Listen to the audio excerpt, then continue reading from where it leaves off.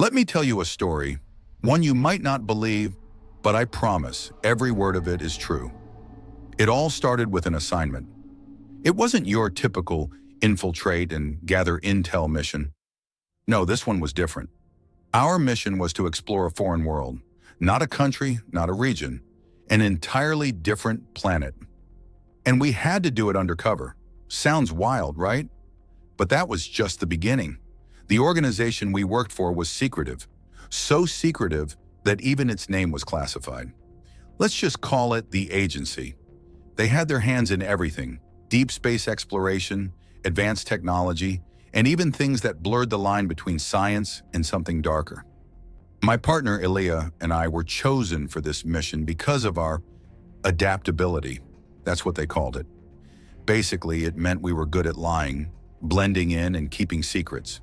The planet we were heading to? Well, they didn't give us its real name. The agency just called it Wavelength 7. From what little they told us, it was a world with advanced civilizations. But they weren't like us. They were humanoid, sure, but their culture, their way of thinking, completely alien. The agency wanted intel. They wanted us to live among the locals, learn their secrets, and report back. Sounded easy enough, or so we thought. Our journey there was uneventful, or as uneventful as interstellar travel can be. We were placed into stasis pods, our bodies suspended in a dreamless sleep while the ship carried us light years away. When we woke up, we were in orbit around wavelength 7. I remember looking out the ship's viewport and seeing it for the first time. A planet of swirling green and gold, its surface glittering like it was alive. Beautiful. But there was something about it, something that felt off. "Ready for this?" Elia asked, her voice steady but her eyes betraying a flicker of doubt. "Always," I replied, forcing a grin. Truthfully, I wasn't ready, not even close. Our descent to the planet was smooth. Too smooth, almost unnatural. The agency had given us tech to make us look like the locals. Our appearances were altered at the molecular level.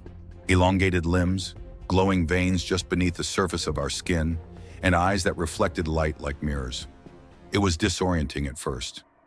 I'd catch my reflection and feel like I was staring at a stranger. But it worked. When we landed in the capital city of the planet, known as Zarithia, no one gave us a second glance. The city was breathtaking. Towering structures of iridescent crystal reached into the sky, humming with energy.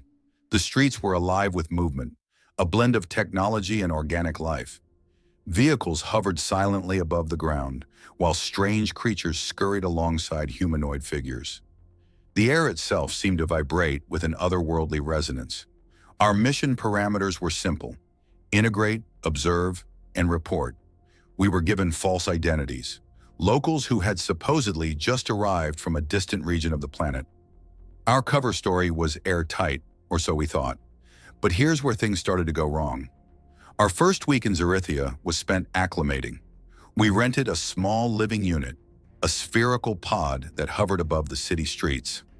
The agency had provided us with devices to translate the local language and record our observations. Every day we explored the city, blending in as best we could. We learned about their customs, their technology, their bizarre rituals. The locals were friendly, almost unnervingly so. But there was a strange energy to them, something I couldn't quite put my finger on. One night, Elia and I attended a public gathering, a sort of festival in the heart of the city. The locals called it the Resonance Convergence. It was supposed to be a celebration of unity, but it felt more like a ceremony. Thousands of people gathered in a massive plaza, their bodies swaying in unison to a sound that seemed to come from the planet itself. At first, it was mesmerizing. The sound was low and melodic, vibrating through the air like a living thing. But as it grew louder, I felt an unease settle over me. My skin prickled, and a cold sweat broke out on my altered body. Elia glanced at me, her mirrored eyes wide. "Do you feel that?" she whispered. I nodded. "What is this?" Before she could answer, the crowd erupted into cheers. A figure emerged from the center of the plaza, their body glowing with an intensity that hurt to look at. The locals fell to their knees, their voices rising in a chant. I couldn't understand the words, even with the translator. But then, The glowing figure turned its gaze toward us. And that's when I knew. We were exposed. You'd think we'd have prepared for this, right? That we'd have some kind of contingency plan? We didn't. All we could do was play along, act as if we belonged. But it wasn't enough. The figure raised a hand and the crowd parted, creating a path that led directly to us. My heart pounded as they approached, their glow dimming slightly to reveal a face that was both beautiful and terrifying. "Outsiders," they said, their voice resonating like a chorus of bells. It wasn't a question. My mind raced. How could they know? Our disguises were flawless, our cover story airtight, but somehow they had seen through it. Elia stepped forward, her voice steady. "We mean no harm. We're travelers, nothing more." The figure tilted their head, studying her. "Travelers? Is that what you call yourselves?" They smiled, but there was no warmth in it. "You've come far, but your journey ends here." And just like that, everything changed. The crowd surged forward, their once friendly faces now twisted with suspicion and anger. We tried to run, but it was no use. The locals moved as one, their bodies moving with a fluidity that was almost inhuman. Before I knew it, we were surrounded, our arms pinned behind our backs. I struggled, but their grip was like iron. "Take them to the conduit," the glowing figure commanded. And that's when I realized we weren't just caught. We were about to become part of something far bigger, far darker than anything we could have imagined. Crazy, right? But there was more. As they dragged us through the streets, I noticed something I hadn't seen before. Strange symbols etched into the walls of the city, glowing faintly in the dark. They pulsed in time with the sound that still filled the air, a sound that now felt like it was inside my head. "Elia," I whispered, my voice barely audible. "What's happening?" She didn't answer. Her eyes were fixed on something ahead. When I followed her gaze, my stomach dropped. The conduit wasn't a building or a machine. It was alive. A massive, pulsating entity that seemed to be part of the city itself. Its surface was covered in the same glowing symbols, and its form shifted constantly, as if it couldn't decide what it wanted to be. They brought us to the base of the conduit and forced us to our knees. The glowing figure stepped forward, their hands raised in what looked like a prayer. "You came here to learn," they said, their voice echoing through the plaza. "Now you will become part of the knowledge." The conduit began to glow brighter, its symbols pulsing faster. The sound in the air grew deafening, a low hum that made my teeth ache. And then, the world went dark. Hard to believe, isn't it? But this was only the beginning. When I came to, I wasn't in the plaza anymore.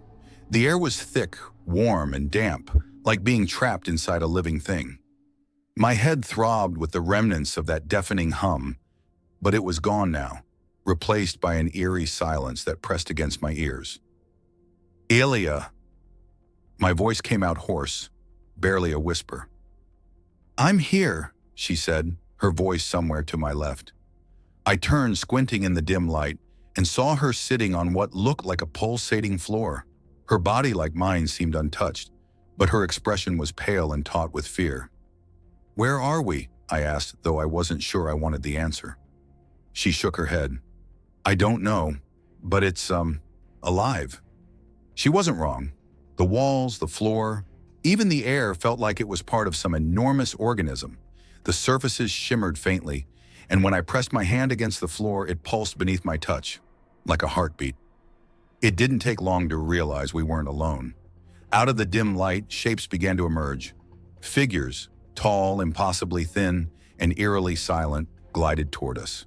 Their movements were too smooth, too precise, like they weren't walking so much as being carried by the air. I recognized their features immediately. They were the locals, or at least they looked like them. But something was wrong. Their eyes were empty, glowing faintly with the same strange light as the conduit. "Elia, get up!" I hissed, pulling her to her feet. The figures didn't speak. They simply stood there, surrounding us in a loose circle, their blank faces locked onto ours. "What do you want?" I demanded, my voice breaking the silence. They didn't answer. Instead, the air around us began to hum again, faintly at first, but growing louder with each passing second. The light from their eyes intensified, casting long, shifting shadows on the walls. And then, one of them stepped forward. It was the glowing figure from the plaza, the one who had called us outsiders. Up close, their presence was overwhelming, like standing too close to a blazing fire. Their glow wasn't just light, it was energy, vibrating through the air and making my skin crawl. "You feel it now, don't you?" they said, their voice 1,000 whispers layered into one. I didn't answer, but I didn't need to. I could feel it, the same strange energy I'd noticed since we arrived on the planet.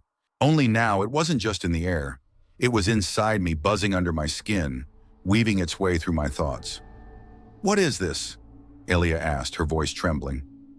The glowing figure tilted their head, a motion that was almost human, but not quite. "This is connection, unity, the truth you sought when you came here." "We didn't come here for this," I said, taking a step back. "But you did," they replied. "You came to understand us, to learn our secrets, and now you will." Before I could respond, the ground beneath us shifted, rising like a wave and sending me sprawling. Elia grabbed my arm, steadying herself, but there was no time to react. The walls of the chamber began to close in, reshaping themselves into a tunnel that pulsed with light. The figures didn't move, but their glow seemed to merge with the walls, guiding us forward. Whether we liked it or not, we were being herded deeper into the heart of the conduit. Crazy, right? But it gets worse. The tunnel led us to a vast chamber, larger than anything I'd ever seen. The walls were covered in the same glowing symbols we'd seen in the city. But here, they weren't just decorations. They were alive. The symbols shifted and writhed like living organisms, their patterns hypnotic and overwhelming. In the center of the chamber was a structure, or maybe a creature, I couldn't tell which. It was massive, its form constantly shifting between solid and liquid, mechanical and organic. The energy radiating from it was so intense I could feel it vibrating in my chest. "What is that?" Elia whispered, her voice barely audible over the hum. "The core," the glowing figure said, "the heart of our world. And soon it will be yours as well." "What do you mean?" I asked, my voice sharper than I intended. The figure turned to me, their expression unreadable. "Your kind seeks knowledge, always looking outward, always taking. But knowledge is not something to be stolen. It is something to be shared." "We didn't come here to take anything," I argued. "Didn't you?" they replied, their gaze piercing. "You hid among us, deceived us, observed us like we were specimens to be studied.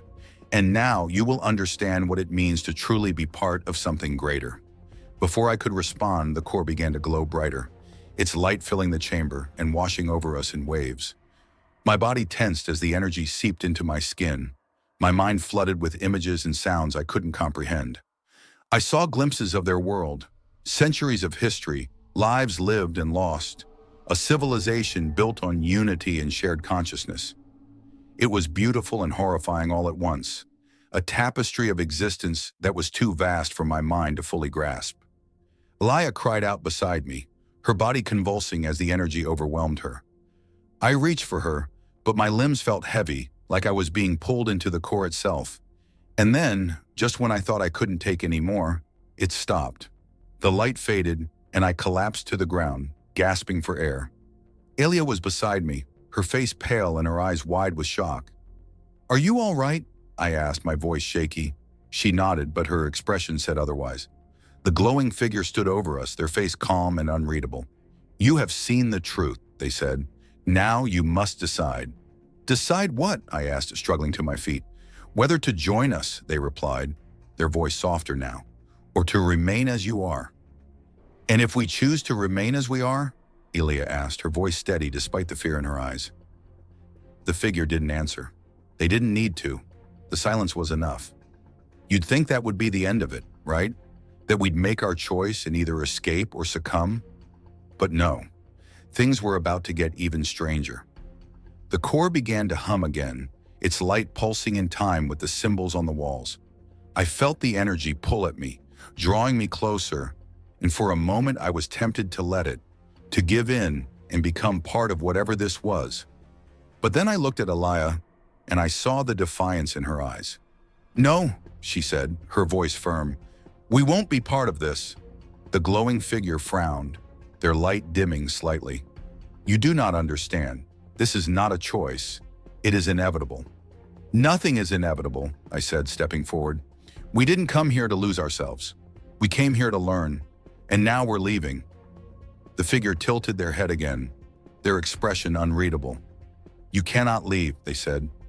You are already part of the conduit. Their words sent a chill down my spine, but I refused to back down. We'll see about that, I said, grabbing Elia's hand. And then without thinking, I did the only thing I could think of. I ran. Hard to believe, isn't it? That we try to escape from something so powerful, so all-encompassing, but we had to try, because the alternative was unthinkable. I didn't look back. I couldn't. The weight of their presence, their glowing eyes boring into my back, was almost paralyzing. But stopping wasn't an option. The ground beneath us seemed to heave with every step, the glowing symbols on the walls rippling like disturbed water. The air buzzed with energy, each breath feeling heavier than the last. It was like the entire world was alive and angry at us for defying it.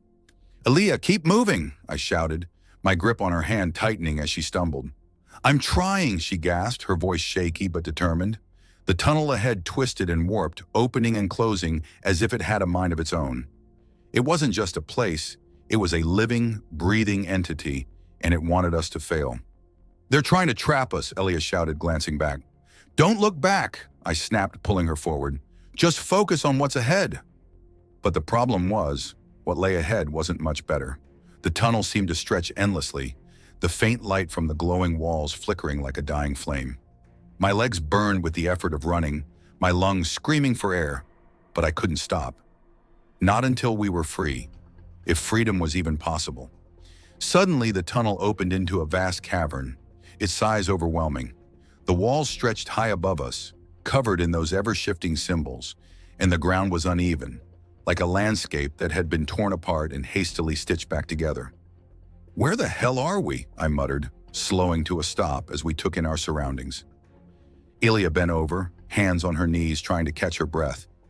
I don't know," she said between gasps, "but I don't think we're safe." She was right. The hum in the air was growing louder again, vibrating through the ground and into my bones. I looked around, searching for an exit, but all I saw were jagged pathways leading in different directions, each one more foreboding than the last. "We have to keep moving," I said, pulling her upright. "Which way?" she asked, her voice trembling. I didn't have an answer. Every path seemed equally ominous, equally hostile. But the hum was getting closer, and I knew we didn't have time to hesitate. "That one," I said, pointing to a narrow path that sloped downward. It wasn't ideal, but it was better than staying put. We started down the path, the ground beneath us uneven and treacherous. The hum seemed to follow us, a constant reminder that we weren't alone. Every so often, I'd glance over my shoulder, half expecting to see those glowing figures closing in on us. But the cavern remained empty, eerily quiet except for the hum. Then, without warning, the ground beneath us shifted. "Elia, watch out!" I shouted, grabbing her arm as the path crumbled beneath her feet. She let out a cry as she slipped, her body tilting dangerously toward the edge of the path. I yanked her back just in time, my heart pounding in my chest. "Thanks," she said, her voice shaky. "Don't mention it," I replied, though my own fear was barely contained. We kept moving, more carefully now, our footsteps echoing in the cavern. The symbols on the walls seemed to watch us, their light pulsing in time with the hum. It felt like the entire place was alive, aware of our every move. "Do you feel that?" Elia asked after a while, her voice barely above a whisper. I nodded. "Yeah, it's like it's trying to get inside my head." The hum wasn't just a sound, it was a presence, a constant pressure in my mind, filling it with thoughts that weren't mine. Images of the core, of the glowing figures, of unity and connection. It was invasive, overwhelming. "We can't let it in," I said, more to myself than to her. Easier said than done. The path led us to another chamber, smaller than the cavern, but just as unsettling.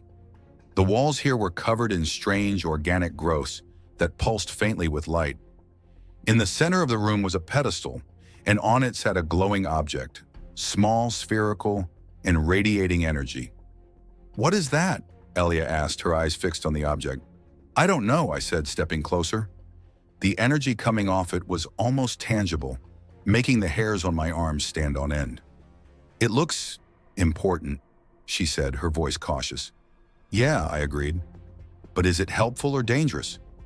There was no way to know, but the hum in the air was growing louder, and I knew we didn't have much time. "We should take it," Elia said suddenly. "What?" I looked at her like she was crazy. "It's connected to all of this, isn't it?" she said, gesturing to the symbols on the walls.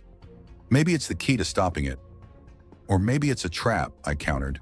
"Do you have a better idea?" she asked, her tone sharp. I didn't. Taking a deep breath, I reached out and grabbed the object.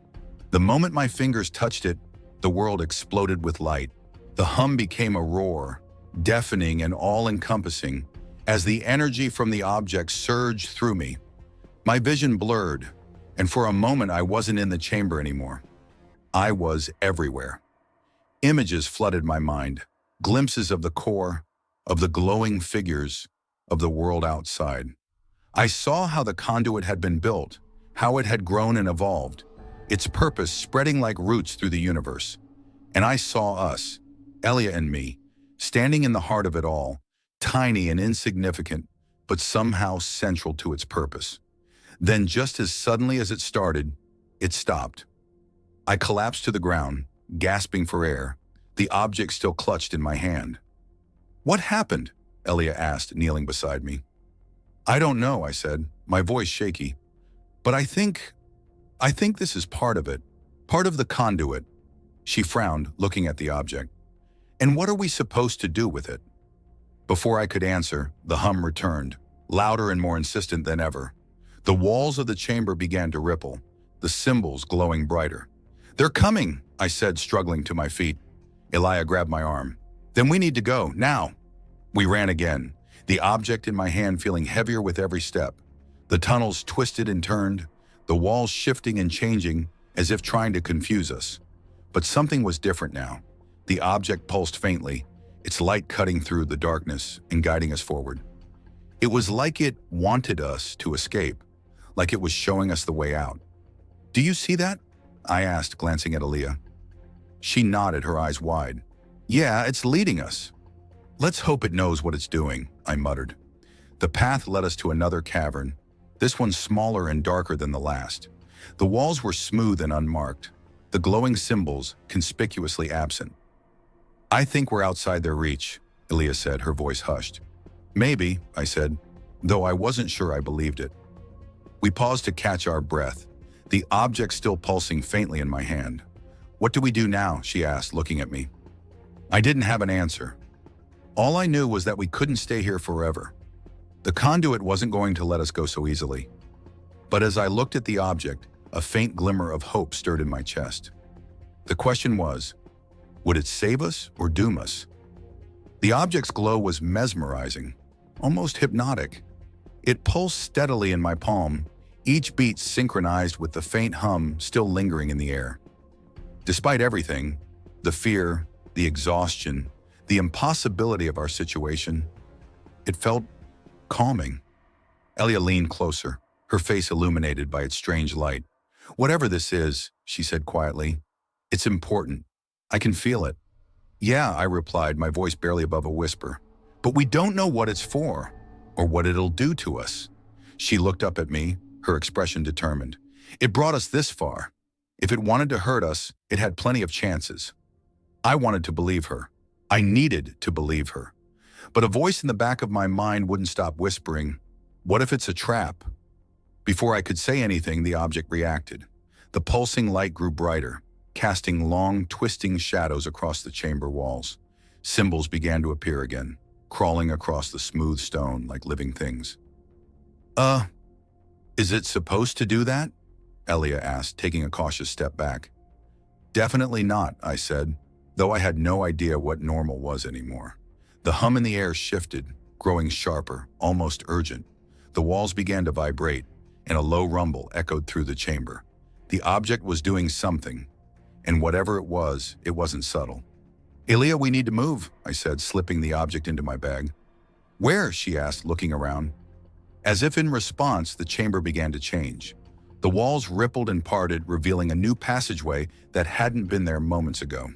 You've got to be kidding me, I muttered. Elia glanced at me, her eyes wide. Do we trust it? We don't have much of a choice, I said, already moving toward the opening. The new passage was narrow and winding, the walls lined with more of those glowing symbols. The hum followed us, an ever-present reminder of the conduit's reach. But the object seemed to counter it, its light steady and reassuring, like a lighthouse cutting through a storm. Do you feel that? Elia asked after a while, her voice barely audible. Feel what? She hesitated, her brow furrowing. It's like it's guiding us, like it knows where we need to go. I didn't want to admit it, but I felt it too. The object wasn't just showing us the way, it was pushing us forward, urging us deeper into the labyrinth. It was almost as if it had a mind of its own. Let's hope it's guiding us to freedom and not into a trap, I said, my voice tight. The passage eventually opened into another chamber, larger and more alien than any we'd seen before. The floor was a mosaic of glowing symbols, shifting and rearranging themselves in patterns that defied logic. Towering structures made of the same strange material as the core jutted out of the ground, their surfaces shimmering like liquid. In the center of the room was a pedestal, and above it hovered a massive, crystalline structure. It pulsed with the same light as the object in my bag, its energy radiating through the air like heat from a fire. What is that? Elia whispered, her eyes fixed on the crystal. I don't know, I said, stepping closer, but I think it's connected to the conduit, maybe even part of it. As we approached, the hum in the air grew louder, resonating with the crystal's pulses. It wasn't just sound, it was thought, an overwhelming presence pressing against my mind. You feel that, right? I asked, glancing at Elia. She nodded, her expression tense. Yeah, it's alive. Alive. That was the only word for it. The crystal wasn't just a thing, it was a being, or at least a fragment of one, and it was aware of us. The object in my bag began to glow brighter, its light seeping through the fabric. I pulled it out, and as soon as I did, the crystal reacted. Its pulses quickened, the hum shifting into a series of tones that almost sounded like language. It's communicating, Elia said, her voice filled with awe. Communicating what? I asked, though I wasn't sure I wanted to know the answer. Before either of us could say anything else, the tone shifted again, and a voice echoed through the chamber. You carry the fragment, it said, its tone neither male nor female, but something in between. You are chosen. Chosen for what? I asked, my voice sharp. To complete the conduit, the voice replied. To become one with the whole. Elia stepped forward, her fists clenched. We didn't ask for this. We don't want to be part of your conduit. The voice didn't falter. Desire is irrelevant. The conduit must be whole. I tightened my grip on the object, my mind racing. What happens if we refuse? For the first time, the voice hesitated. Refusal is undesirable. That's not an answer, I said, stepping closer to the pedestal. What happens if we refuse? The crystal pulsed once, its light dimming. Refusal leads to termination. Termination. The word hung in the air like a death sentence. Great, Elia muttered. So it's join or die. Not necessarily, I said, my mind working overtime. What if there's another option? What if we can stop this? Elia looked at me like I was crazy. Stop the conduit? Do you even hear yourself? This thing is massive. It's everywhere. Maybe, I said, glancing at the object in my hand. But this fragment, whatever it is, it's powerful. If it's part of the conduit, maybe it can also be used to disrupt it. The voice in the chamber grew sharper, almost angry. You cannot disrupt the conduit. It is eternal, immutable. Immutable, huh? I said, stepping closer to the pedestal. Guess we'll see about that. The object in my hand pulsed again, its light syncing with the crystal's rhythm. I didn't know what I was doing. Hell, I didn't even know if it would work. But I didn't care. If the conduit wanted to absorb us, to strip away everything that made us us, then it was going to have to fight for it. Elia, I said, glancing back at her, whatever happens, stay close. She hesitated for a moment, then nodded, stepping up beside me. You've got a plan, right? Not really, I admitted, but I've got a fragment and a whole lot of anger, so that's a start. I placed the object on the pedestal, and the chamber erupted with light. The crystal's glow intensified, its hum rising to a deafening pitch. The symbols on the walls flared to life, shifting and spinning in intricate patterns. And then, everything stopped. The light dimmed, the hum faded, and for a moment there was silence. But it didn't last. The crystal shattered, its fragments spinning through the air before coalescing into a new form. A figure, humanoid but alien, its body a swirling mass of light and energy. "You have made a grave mistake," it said, its voice echoing in my mind. "Yeah, well," I said, clenching my fists, "you made one first." The figure raised a hand and the chamber began to collapse, the walls crumbling as the symbols twisted into chaos. "Elia, run!" I shouted, grabbing her arm. We bolted toward the nearest tunnel, the ground shaking beneath our feet. The conduit wasn't going to let us go easily, but we weren't going to stop. Not now, not ever. That two ordinary people could stand up to something so vast, so incomprehensible. But the truth was, we didn't have a choice. The only way out was through. Crazy, right? Two people against something so massive, so all-encompassing.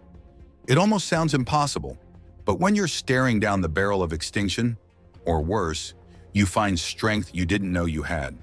The tunnel we sprinted down twisted like a serpent, narrowing and widening in a way that made my head spin. Each step felt heavier than the last, the air thick with that oppressive hum. I couldn't tell if it was the conduit trying to wear us down, or if it was my own fear making every movement harder. You'd think at this point we'd have a clear plan, some idea of what we were doing. But let me tell you, when you're running for your life, plans are a luxury.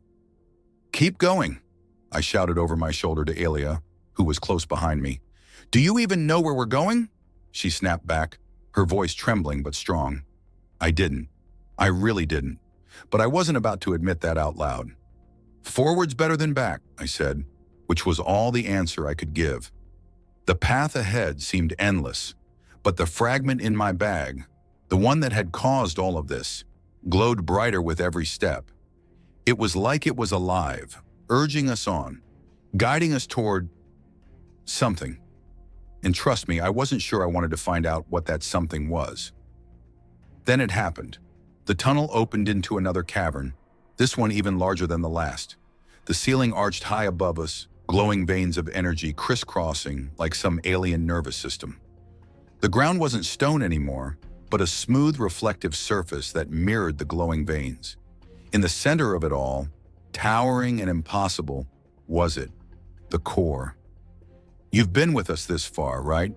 You remember what I said about the core, how it wasn't just a thing, but a presence, a force? Well, standing in front of it now, I can tell you I wasn't exaggerating. It was alive, and it knew we were there. "Don't move," Elia whispered, though I could hear the fear in her voice. "Wasn't planning on it," I muttered, though my legs were trembling. The core pulsed, its light cycling through colors I didn't even have names for. Symbols shifted across its surface like ripples on water, and with each pulse, the air grew heavier. Then it spoke. "You should not be here," the voice boomed. Not in the air, but in our heads. It wasn't like the other voice we'd heard before. This one was deeper, more final. Elia and I exchanged a glance. "We didn't exactly have a choice," I said, my voice surprisingly steady. "You carry the fragment," it said. "It is incomplete without the whole." I glanced down at the bag where the fragment rested. The glow seeped through the fabric, pulsing in rhythm with the core. It was connected to this thing in a way I couldn't begin to understand. But I knew one thing. They wanted it back. "You can't have it," I said, my voice louder now. The core pulsed again, the entire cavern trembling with its energy. "You defy what is inevitable. The conduit will unify all. Resistance is illogical." I laughed, though it came out shaky. "Yeah, well, I've never been good at logic."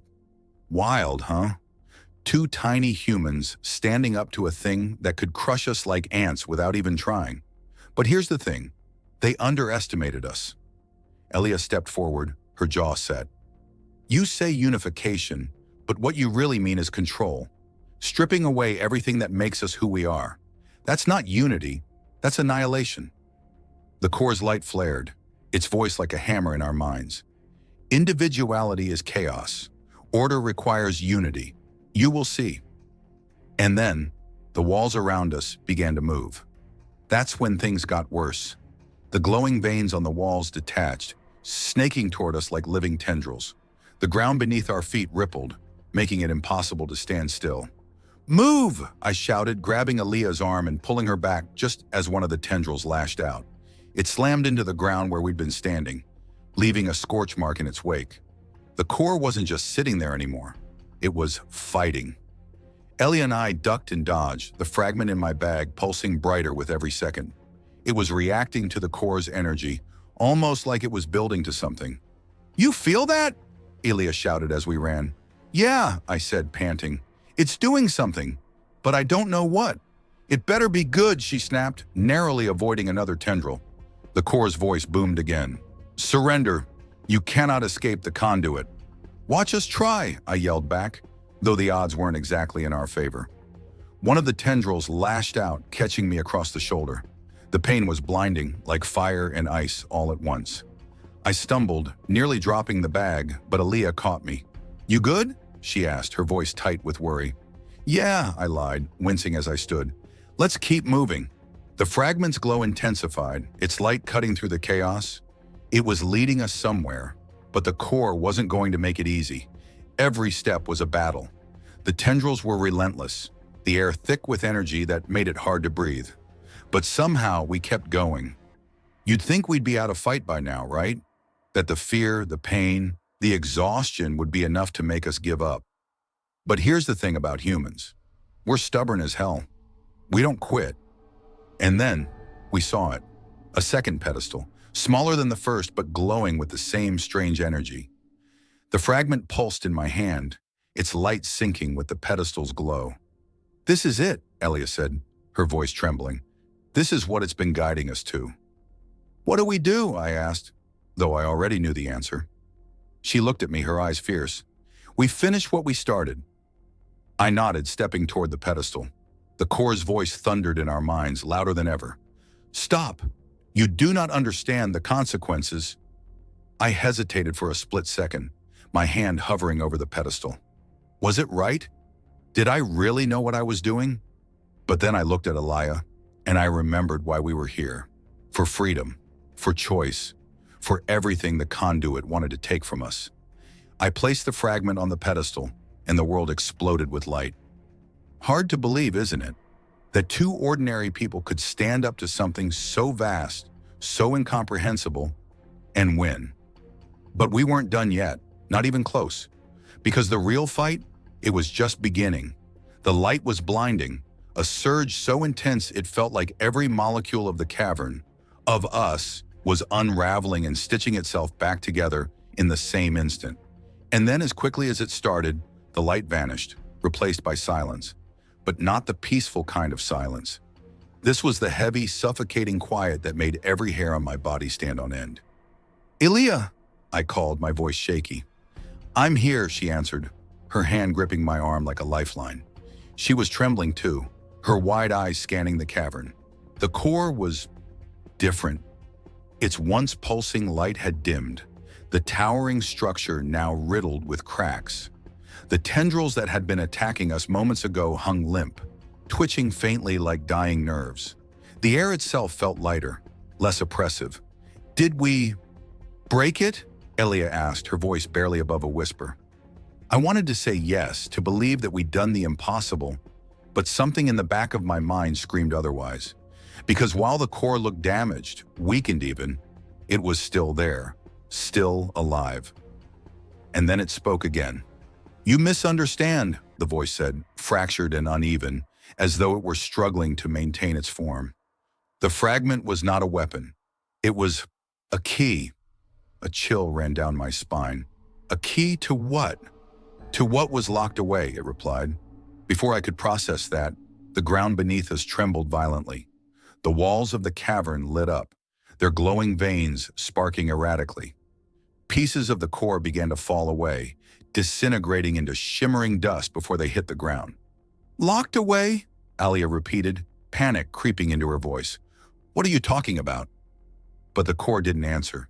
Instead, it let out a low, resonant hum that grew louder and louder, until it was all we could hear. Then the cavern began to collapse. "Move!" I shouted, grabbing Elia's hand. We sprinted toward the nearest tunnel, dodging chunks of falling debris as the ground split open beneath us. The air was thick with dust and the sound of grinding stone, and every step felt like it might be our last. Behind us, the core continued to crumble, its light flickering like a dying star. But as we ran, I couldn't shake the feeling that this wasn't the end, because the core wasn't dying. It was changing. We burst out of the collapsing cavern and into a narrow passageway, the walls shaking as though the entire planet was coming apart. The fragment in my bag was glowing brighter than ever, its light casting long, shifting shadows on the walls. "This way," Elia shouted, pulling me toward another path. "How do you even know where we're going?" I asked, my breath ragged. "I don't," she shot back, "but anywhere's better than here." Fair point. The passage opened into another chamber, this one smaller but no less alien. The walls were lined with those shifting symbols, but they were erratic now, flickering and distorting like a glitching hologram.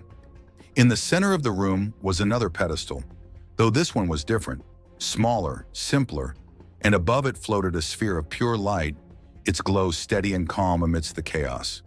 "What is that?" I asked, skidding to a stop. Elia shook her head. "I don't know, but it looks stable." The ground trembled again, a deep rumble that made the walls groan. "We don't have time for this," I said, though my gaze was locked on the sphere. But Elia stepped forward, her eyes narrowing. "No," she said firmly. "This is part of it. I can feel it." Before I could stop her, she reached out and touched the sphere. And just like that, the world changed again. The sphere dissolved into light, engulfing the room in a warm, golden glow. For a moment, everything was still, peaceful. Then a voice echoed through the chamber. "You have done what many could not." It wasn't the core's voice. This one was softer, more human. "What's happening?" I asked, my heart pounding. The light began to coalesce, forming a humanoid figure in front of us.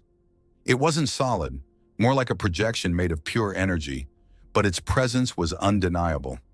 "You have unlocked the truth," it said, its glowing face turning toward me. "The truth?" Elia repeated, her voice trembling. "Yes," the figure replied. "The conduit is not what it seems. It was never meant to unify. It was meant to imprison." My blood ran cold. "Imprison what?" The figure hesitated, its light flickering. "A force beyond comprehension, a being of chaos and destruction. The conduit was created to contain it, to ensure it could never escape. But the fragment was the key to its release." Elia's eyes widened.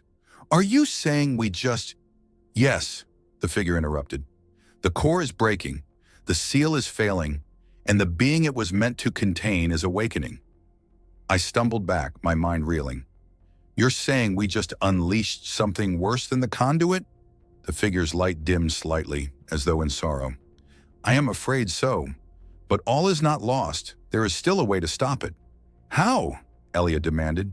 The figure turned to her, its glowing eyes filled with something that almost looked like hope.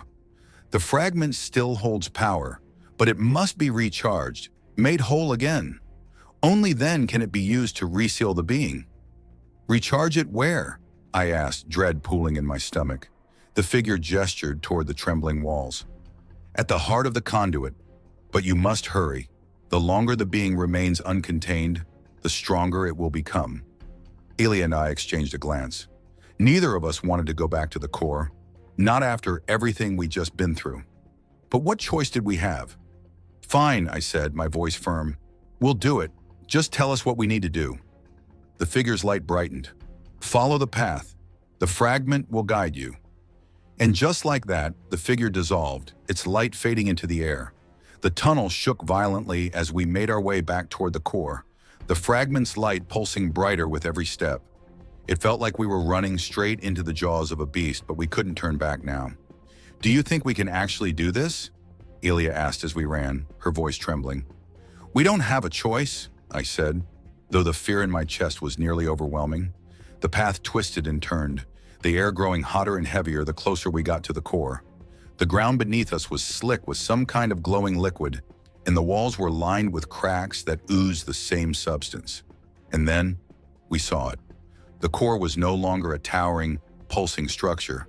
It was collapsing in on itself, its form writhing and shifting as though it were alive. The being it had contained, whatever it was breaking free. "Now what?" Elia asked, her eyes wide. I pulled the fragment from my bag, its glow so bright it hurt to look at. "We get close, and we hope this works." The core roared, a sound that wasn't just heard, but felt, vibrating through every bone in my body. Tendrils of energy lashed out, but the fragment's light seemed to repel them, creating a small bubble of safety around us. Step by step, we moved closer, the weight of the core's presence pressing down on us like a physical force. "You ready?" I asked, my voice barely audible over the chaos. "No," Elia said, "but let's do it anyway." And with that, we plunged into the heart of the storm, and there was no turning back now. The moment we stepped into the core's collapsing center, the air changed. It wasn't just the oppressive heat or the electric charge prickling our skin. It felt like reality itself was bending, twisting around us. Elia and I moved cautiously, the fragment in my hand glowing brighter with every step. The ground beneath us rippled like liquid, and the walls shimmered with an otherworldly light that made it impossible to tell where the cavern ended and the core began. It was alive, and it was angry. "Do you feel that?" Elia asked, her voice barely audible over the low, resonant hum that seemed to pulse through the air. I nodded, my throat too tight to speak. It wasn't just a sound, it was a presence, pressing down on us, pushing against our minds. The core, or what remained of it, loomed ahead. Its once solid structure was now a writhing mass of light and shadow, its surface cracking and reforming in a constant, chaotic cycle. And at its center was something else. It wasn't the core anymore. It was the thing it had been holding back. A shape was emerging from within the collapsing structure, its edges indistinct but massive. Eyes, or something that resembled them, glinted in the swirling darkness, and the air around it seemed to shimmer with heat. "We're too late," Elia whispered. "No," I said, gripping the fragment tighter. "We're not." The being, the one the conduit had been holding prisoner, let out a sound that wasn't a roar or a scream, but something in between. It was a sound that bypassed the ears and drilled straight into the soul, a cry of rage, pain, and freedom all at once. The entire chamber trembled, chunks of the core falling away and disintegrating before they hit the ground. The fragment in my hand pulsed violently, its light matching the erratic rhythm of the being's movements. "It's reacting to it," Elia said, her eyes wide. "The fragment, it's connected to that thing." "Connected or not, it's our only chance," I said, stepping forward. The being turned toward us, its eyes, or were they voids, locking onto the fragment. The pressure in the air doubled, and I felt like my chest was being crushed. "You dare to defy me?" a voice boomed, not in words but in thoughts, piercing and all-consuming. "You're damn right we do," I shouted back, though my voice was barely more than a croak. The fragment's glow intensified, a beam of light shooting out and striking the being. It recoiled, the light carving through its form like a blade through smoke. "Keep going," Elia shouted, grabbing my arm. I tightened my grip on the fragment, focusing all my will into it. The light grew brighter, stronger, pushing the being back. But it wasn't enough. The thing was fighting, its form shifting and expanding, tendrils of darkness reaching out toward us. One of them lashed out, striking the ground just inches from where we stood. The shock wave sent us both flying, the fragment slipping from my grasp and skittering across the ground. "Elia!" I shouted, scrambling to my feet. She was already moving, diving for the fragment just as another tendril slammed into the ground. She grabbed it and rolled to the side, narrowly avoiding the strike. "I've got it!" she yelled, holding the fragment up. But the being was relentless. It surged forward, its massive form blotting out the light. "Elia, give it to me!" I shouted, holding out my hand. She hesitated for a split second, then tossed the fragment to me. I caught it and turned to face the being. my mind racing. The fragment was powerful, but it wasn't enough on its own. The figure in the light had said it needed to be recharged, made whole. But how? Then I saw it. At the base of the core, where the light and shadow were most intense, was a swirling vortex of energy. It was unstable, chaotic, but it was pure. "That's it," I said, more to myself than to Elia. "What's it?" she asked, running up beside me. "The core's energy. It's what powers the fragment. If we can get it close enough..." Her eyes widened. "You're insane." "Probably," I said, gripping the fragment tightly, "but it's the only way." The being let out another deafening cry, its tendrils lashing out in all directions. "Cover me," I said, sprinting toward the vortex. "Cover you with what?" Elia shouted, but she followed anyway, dodging the tendrils and hurling rocks at the being in a desperate attempt to distract it. The heat from the vortex was unbearable, but I forced myself closer. The fragment in my hand pulsed wildly, resonating with the energy around it. I reached the edge of the vortex and hesitated. One wrong move, and this thing could vaporize me. But what choice did I have? With a deep breath, I thrust the fragment into the vortex. The reaction was immediate. The vortex exploded with light, the energy surging into the fragment and through me. It was like holding onto a live wire, the power coursing through my body, threatening to tear me apart. But I held on. The fragment's light grew blinding, and the being let out a furious roar, its form writhing and shrinking under the onslaught. "You cannot contain me," it bellowed, its voice shaking the chamber. "You're wrong," I said through gritted teeth. "We can, and we will." The light from the fragment intensified, and the being's form began to collapse in on itself, its tendrils retracting, its eyes dimming. "Elia," I shouted, "help me!" She ran to my side, placing her hands over mine on the fragment. Together we poured every ounce of strength we had into it, forcing the being back into the core. The chamber shook violently, the walls cracking and the ground splitting open. But we didn't stop. We couldn't. Finally, with a final, piercing scream, the being was pulled back into the core. The light from the fragment surged one last time, sealing the cracks and stabilizing the structure. Then, everything went still. Elia and I collapsed to the ground, gasping for air. The core was no longer a chaotic, writhing mass. It was solid again, its light steady and calm. "We did it," Elia said, her voice barely a whisper. I nodded, too exhausted to speak. The fragment in my hand was dim now, its energy spent. But it had done its job. The being was contained, and the conduit was stable. For now. But was it over? You'd think this was the end, wouldn't you? That we'd saved the day, defeated the big bad, and could go home.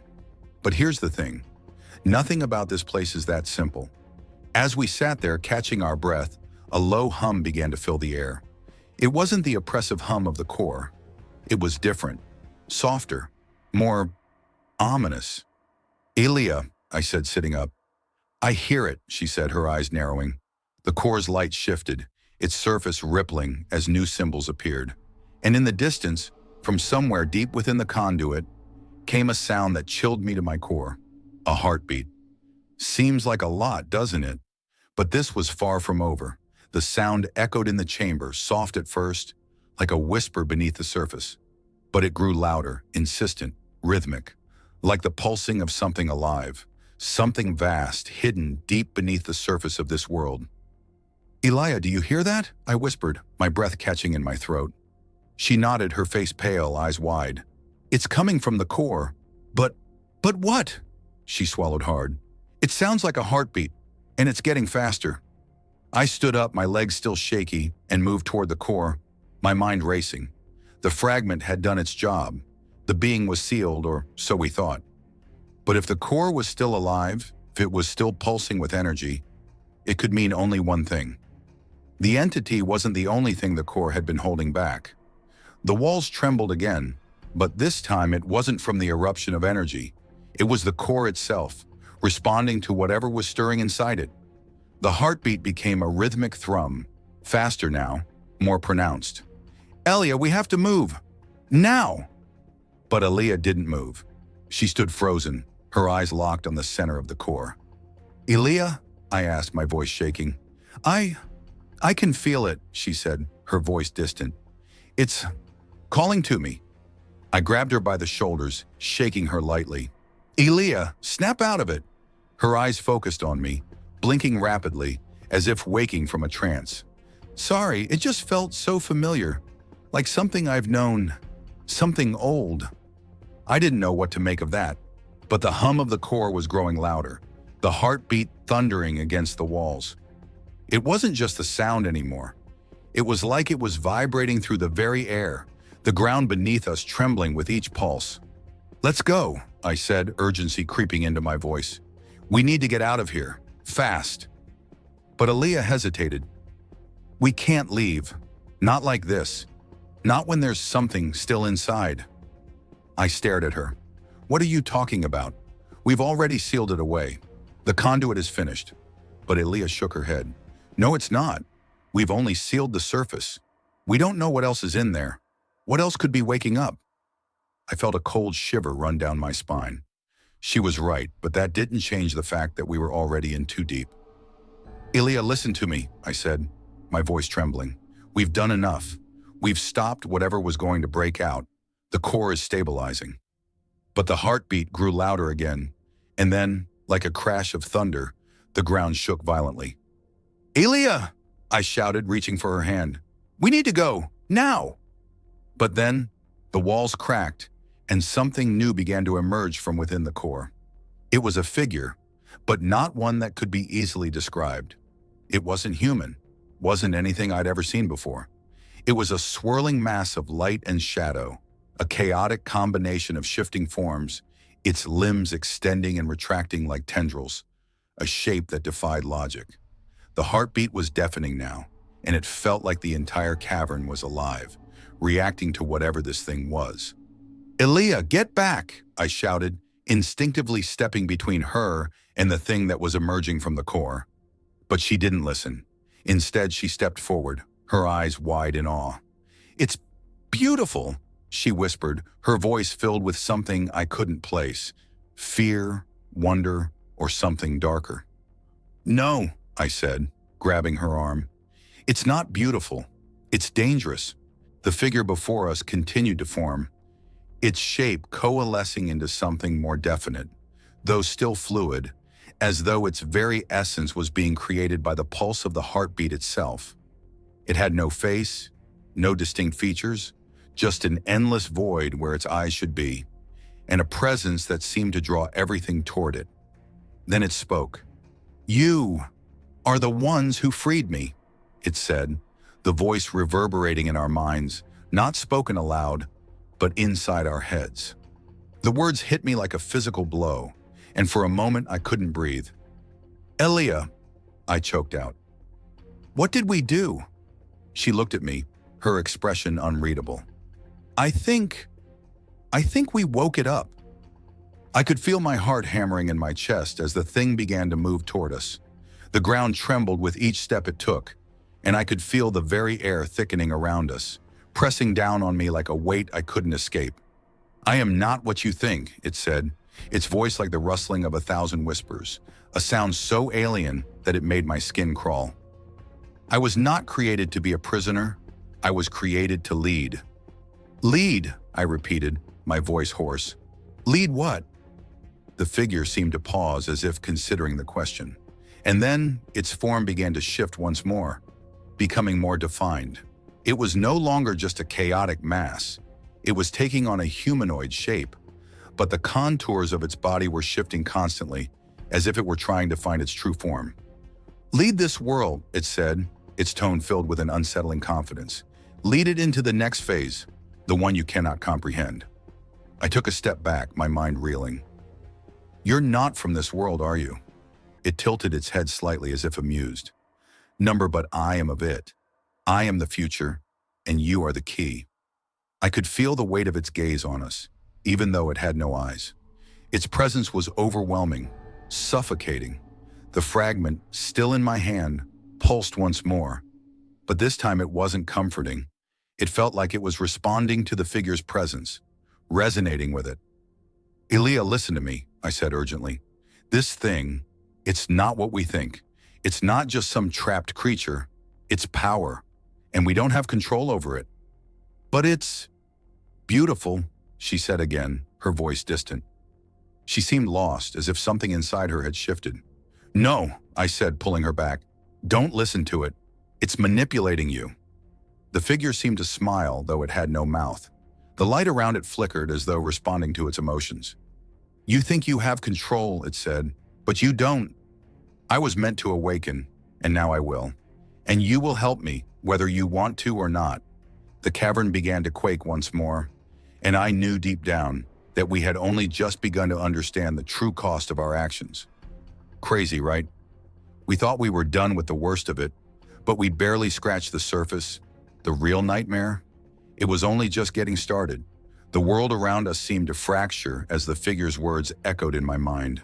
The cavern, the core, the very ground beneath our feet, all of it trembled in the wake of its awakening. Elia, you have to snap out of it, I shouted, shaking her shoulders, my voice hoarse. This thing, whatever it is, it's not what you think. But her eyes, once filled with determination, were now distant, as if she had been pulled into something far deeper than the physical reality surrounding us. She stared blankly ahead, her hand gently reaching out toward the figure, as though drawn to it. Elia! I yelled again, my voice desperate. She didn't respond. The figure took a slow step forward, its form shifting once more, and this time I saw it more clearly than before. A humanoid shape, but with dark, liquid-like tendrils extending from its limbs, twisting in a way that didn't belong to anything living. The heartbeat still pulsed from deep within the core, and with every beat, the figure grew more powerful, its presence more intense, filling the space with an overwhelming force. You cannot stop me, it said, its voice cold and unyielding, but strangely calm. I have already begun to reshape this world. I am the end of what came before and the beginning of something far greater. I gripped the fragment tighter, feeling its energy flow through my body, a last attempt at connecting with it. But it felt wrong somehow. The fragment's pulse had gone erratic, no longer just resonating with the energy around it, but now responding to the figure. It wasn't on our side anymore. Elia! I cried out again, stepping closer to her, trying to shake her out of whatever trance she was in. This isn't you. This isn't the world we wanted to save. For a moment, her hand twitched. Her eyes blinked, and there was a brief flicker of recognition. But then, just as quickly, she turned back toward the figure, her face expressionless. I have to, she whispered, almost too quietly for me to hear. The figure turned to me, its form now towering, casting an immense shadow over the both of us. She understands, it said, its voice oozing satisfaction. She knows what is to come, and she is ready. No, I said, shaking my head, backing away. I don't care what you are. I don't care about your next phase. I raised the fragment high, its light flashing once more. But the figure didn't flinch. Instead, it laughed softly, a sound that didn't seem to come from its body, but from the core itself. You misunderstand, it said, almost gently. This is not something you can fight. It was never meant to be fought. You think you can destroy me, but you cannot. I am the world's future. I am everything, and I am in everything. I gritted my teeth, trying to steady my hands, but the power in the fragment was fading. With every word it spoke, the light dimmed. I realized in that moment how much we had underestimated the depth of what we had awakened. The conduit hadn't just been a prison, it had been a warning, a barrier between two worlds, and we had shattered it. Elia, I shouted one final time, rushing toward her. Please, fight it! Fight him! This time she turned to me. Her expression was empty, as if she had already made up her mind. It's too late, she whispered. You can't stop it. You can't stop us. The words hit me like a cold wave. My chest tightened, my heart racing. It was like Elia wasn't there anymore. Like whatever had been inside her, whatever the figure had unlocked, was now controlling her. No, I said, my voice cracking. This can't be the end. But the heartbeat, steady, relentless, filled my ears, drowning out everything else. The figure's form was now fully solid, its dark tendrils shifting in a hypnotic pattern. It was undeniable now. Whatever it was alive. And it was connected to Elia. It turned toward me. "You are too weak to stop what is inevitable," it said. "Join us. Help her. Help me. And the world will be remade. The future will unfold in ways you cannot comprehend." But there was no part of me that wanted to join it. Not after everything we had seen. Not after what we had just fought for. "Elia, listen to me," I shouted again. "You're not alone. Don't let it control you." Her eyes flickered, just for a second. And then, there was something there. Something that wasn't controlled by the figure. "Elia," I said, my voice trembling with hope.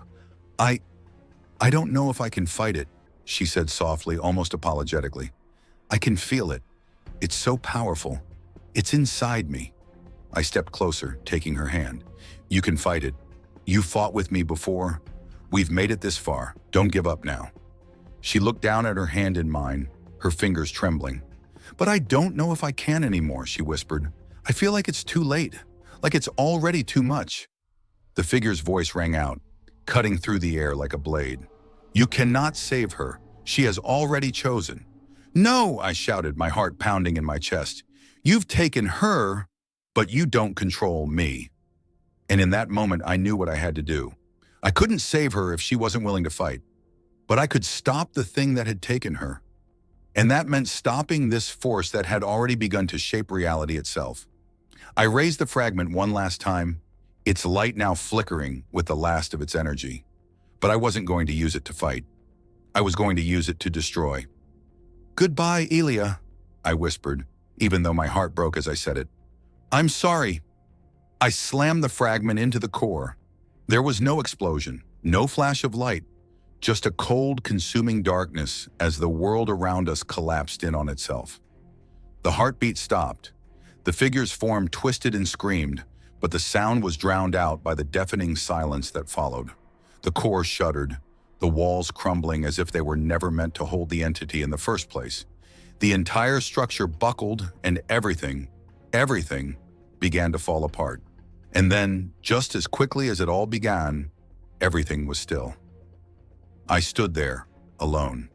The cavern was silent now, the hum of energy replaced with the eerie quiet of a world that had been severed from something ancient. Something unspeakable. The figure was gone. The core was destroyed. Elia, I couldn't bring myself to look for her. The fragment, now nothing more than a husk of its former power, lay beside me. I didn't know if it was truly over, or if something worse was waiting to rise in the wake of all this. But for now, the world was still, and I was alone. So you might be wondering, was it worth it? Was it really over? Who knows? The world's mysteries are deeper than we can ever truly understand, and sometimes you awaken things you can never put back to sleep.